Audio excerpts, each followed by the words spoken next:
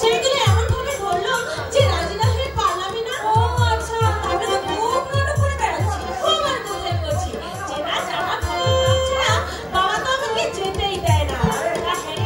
ছেলে তোকে নিচে দেখতে এসেছিল বুঝি? মস্ত আনাড়ির মতো কথা বলি কেন? এই পরের চোখ দিয়ে কখনো নিজের বউ পছন্দ করা যায় না নাকি? না ছেলে দেখতে কেমন রে?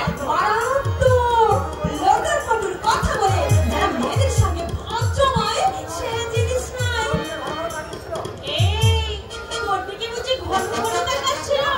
একবার তাকিয়েছিল, তাতেই আমার কাম সারা। আর ঘন ঘন তাকালে তো সে আমাকে বিছানায় নাকি। এই নামটা কি বলতো? কারবার, যার জন্য তোমার প্রাণটা একেবারে লবেজান হয়ে গেছে। অভিষেক। অভিষেক নামটা খুব চেনা চেনা লাগছে। হ্যাঁ রে, অভিষেক কি রায়? হ্যাঁ রায়, কিন্তু এই তুই এই মালটিকে চিনিস না? এই দেখে তো ছবিটা। এই দেখ, ও একটা নাটকে অভিনয় করতে দেখেছি। কেমন লেদার মার্কা? লেদার মানে এই যে মিটমিটে ও বেচারা ধরনের আর কি। না তবে কি ফেরতবাদ জানতো?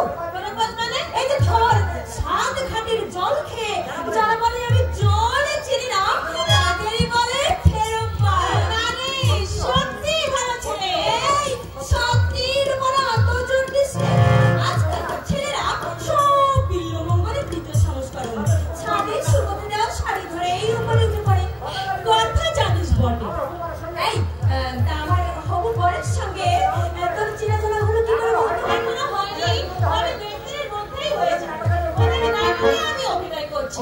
অভিষেক রায় নাটকের ডিরেক্টর। গুরুবার